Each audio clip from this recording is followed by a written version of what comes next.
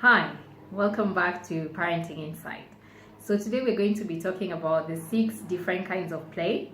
I believe I mentioned in my previous video that I'll try and do this video, and I'm glad that I was able to.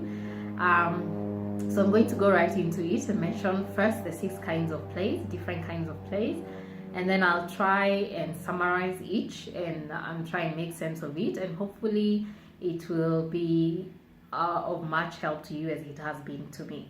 So the first kind of play is an unoccupied play. The second kind of play is solitary play. The third kind of play is onlooker play. The fourth kind of play is parallel play. The fifth kind of play is associative play. And the sixth kind of play is cooperative play. So what I want us to first remember as we go through this video is that there's not one kind of play that's more important or better or a higher level of development for your child than the others. That all the 6 different kinds of plays are all important, they're all developmentally constructive, and that in each of the kinds of play, whatever different kinds of plays that your child engages in, there's actually cognitive development taking place. A lot of cognitive abilities involved, and there's a lot of cognitive abilities that are being developed. So not that we should not look down on any one of the different kinds of plays and feel like that there's an ultimate kind where our child needs to be able to get to or stick to. So unoccupied play is mostly found with infants. Think of a one month old, a few weeks old baby, 1 month old baby. They're lying in their crib, and they're having involuntary reflexes with their hands and legs, and they're looking around, and this does not look like what you and I would define as play, but it is actually play. So what one of the key things in this one of the key highlights of this kind of play is that the child takes in a lot from the world. So they're basically taking in from the world and not so much involved in interacting with other infants, of course.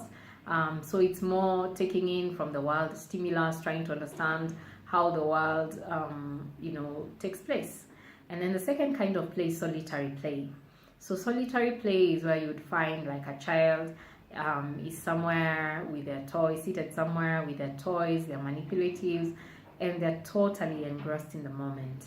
They're not interested in playing with other children, they're not interested in interacting with the adults, they just want to be left alone in their little world to do their things. So in this case, then the child, of course, is not interacting with other children because they're so engrossed in their world that you could actually call the child and they wouldn't respond. There's a lot of stimulus that could be all around the child, and they do not take it in, they do not respond to it because their minds and their bodies are totally engrossed in that moment. The thing to remember about that moment is that there's a lot of creativity going on. There's a lot of the child manipulating things and seeing cause and effect.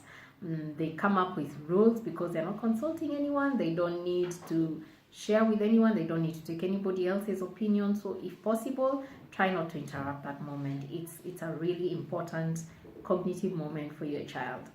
The third kind of play is onlooker play. Now, onlooker play has, at some point in my parenting journey, caused me a bit of stress because I thought there must be something that either I was doing wrong as a parent that caused my child sometimes not to want to play with other children, or sometimes wondering, is there something that is going on with your child that you don't understand?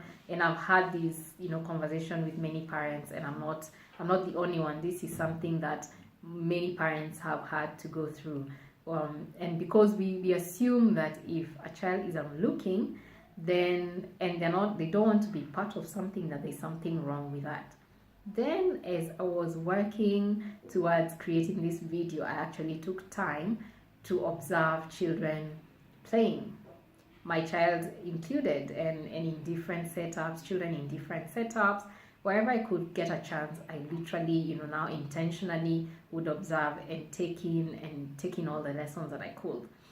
And I thought to myself, when I was observing onlooker play with some of the children, I thought of a situation where you're having a conversation with someone and you're talking, you have to switch between talking and listening. So it's a 50-50 thing. At a point you're talking, so you're not listening because you're trying to express your thoughts and someone else is listening. And then at some point you're listening and someone else is doing the talking. So your mind has to keep switching between or from one state to another.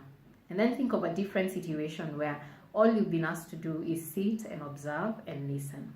You don't need to talk, you don't need to give any feedback. All you need to do is just observe. Take it in, take it all in 100%. And then which one of these two situations do you take in more? Where you are talking and listening, or where you are just observing and listening?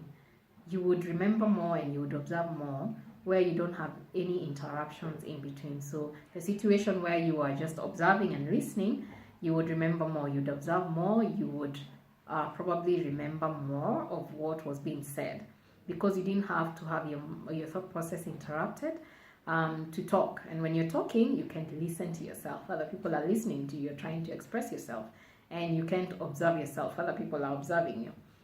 So when children are having onlooker play, they're taking it all in. They don't have to be part of the game to learn.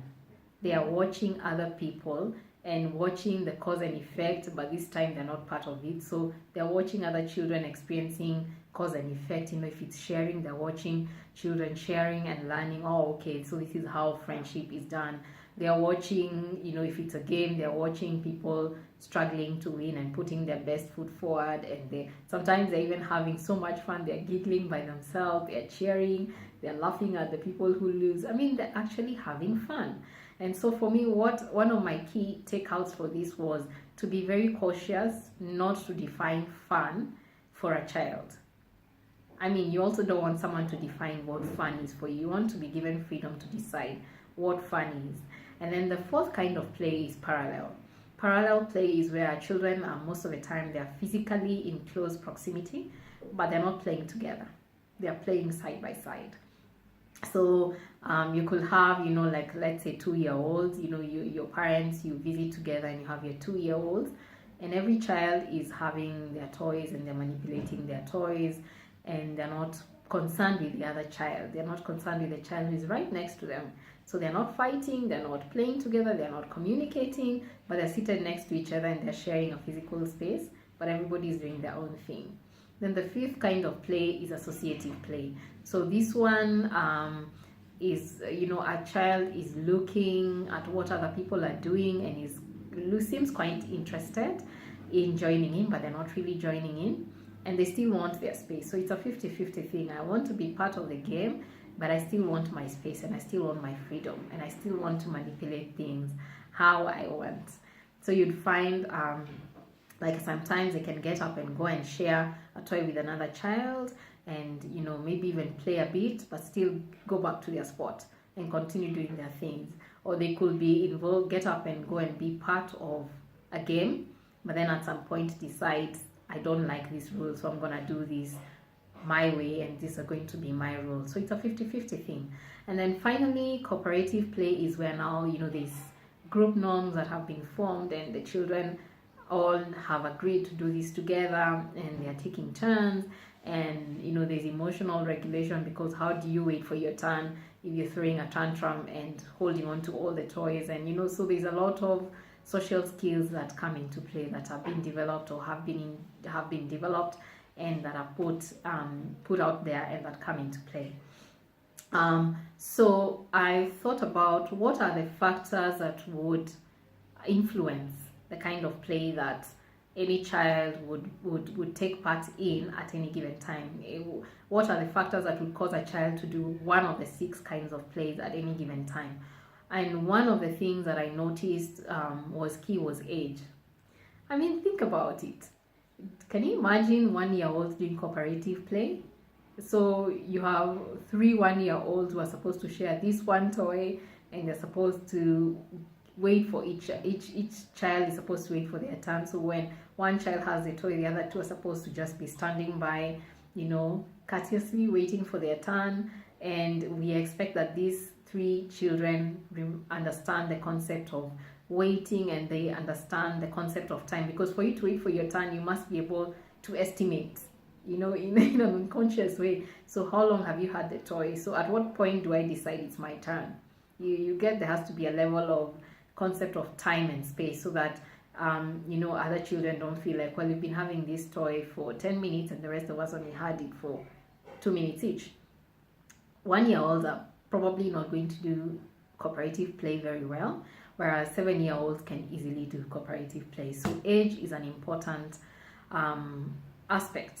Another thing is the child's temperaments, because if introverted children, by default you're bound to find them doing a lot of solitary play, a lot of parallel play, a lot of onlooker play, and when they do cooperative play, at some point they get tired and then they have to go and find their own little space. And then extroverted children would probably enjoy more of cooperative play, a lot of associative play. And then again, I'm not saying that just because a child is introverted or they're just going to be doing onlooker and parallel. I'm just saying that the temperament most of the time, sometimes already by default, guides the child to the kind of play that they would enjoy. Because if you're introverted, then that means you're not outgoing, so easily outgoing. So you wouldn't, a child will not go to a new place with new people that they don't know, and they just quickly make friends within the first 3 minutes and go on and play with the new friends. They take time. So temperament is also another key factor, and it's important for us not to compare children or to expect them to operate on our set timings, because even you don't operate on somebody else's set timings. And if you felt like people were dictating when and how you should do something, you generally would not appreciate that very much. So what this has taught me also is to be appreciative of the fact that my child is an autonomous person. He's an individual. He has his temperaments, he has his likes and dislikes, he has his preferences, he has his way of doing things. And I should be able to be supportive of that, and not have to have my child go through the feeling of being pushed all the time to fit, to be confined into a certain societal expectation. Another thing that I notice is a key contributor to what kind of play the child would be involved in, is the emotional space of a child at that particular time. I mean, there's so many times that you and I want to be left to your space. There are many times that for no, with no ill intention, you just don't feel like hanging out with people. You want time out. You want time to yourself. Children go through this as well. There are times when our children want time to themselves. It's not all the time that children are each other's magnets, that they want to hang out with each other all the time. We're adults. If children are each other's magnets, then even us adults should be each other's magnets. We should want to hang out with each other all the time. Just because children are children doesn't mean that they also don't have and experience emotions the way we do. So it's important also to be sensitive to the child's emotional space at any given time. So even a child who is an extrovert and who enjoys cooperative playing may once in a while just want to sit at their corner and do their solitary play, and it's okay. It doesn't mean there's something wrong with them on that particular time because they're outgoing. I mean, none of us are outgoing 100%, 365 days a year. We sway. And then also the child's physical space. So if you're tired, sometimes when you're tired, you want your space, you want your time, you want, quiet and slow. When you're tired, you don't want noise and too much stimulation and too much activity. When we are unwell, we don't want noise and hype and too much activity and too much being demanded from us. So again, a child's physical space is also important. Are they tired? Are they unwell? If they're small children and then we're expecting them to go and interact with much older children, then of course the older children are a bit rough for the small children, and small children will feel like they're physically not in a safe space. So really, there's so many factors to consider. And I think sometimes we can be easily insensitive to children by expecting that things should just happen, things should just take place.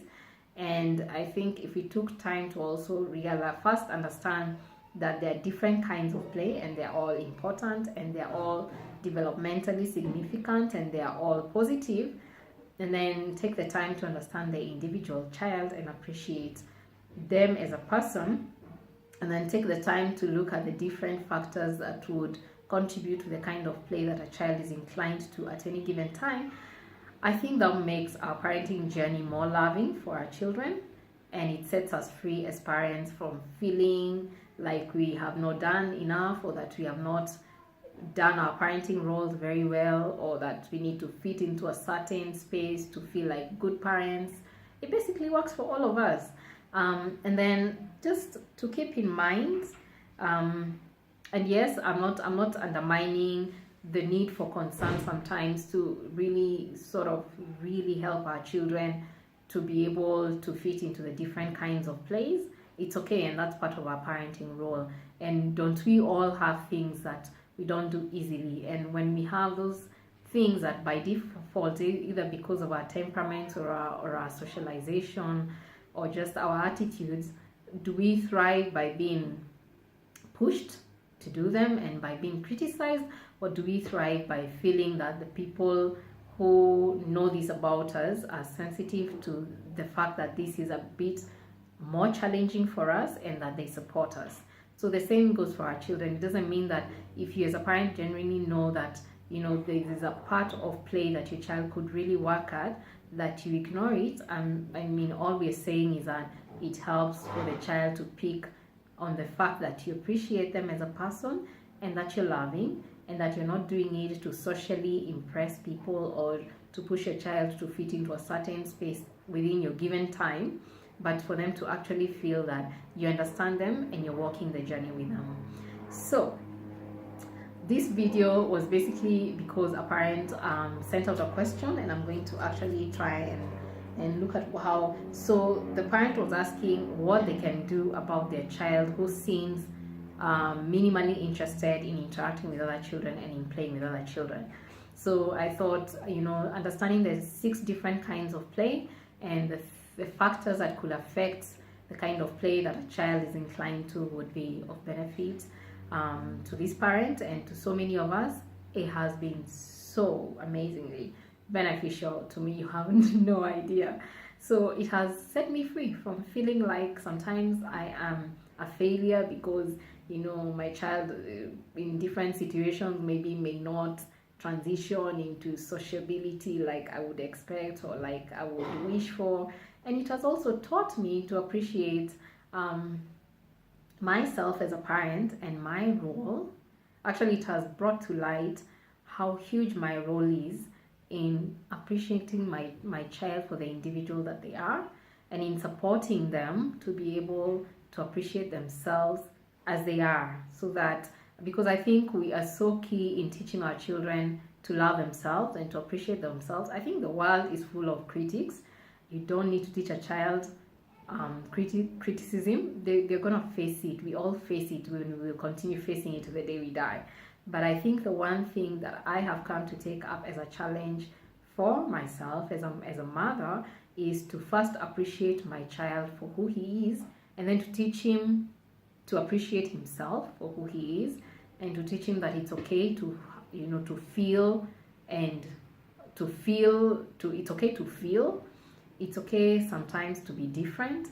It's okay to be in their space.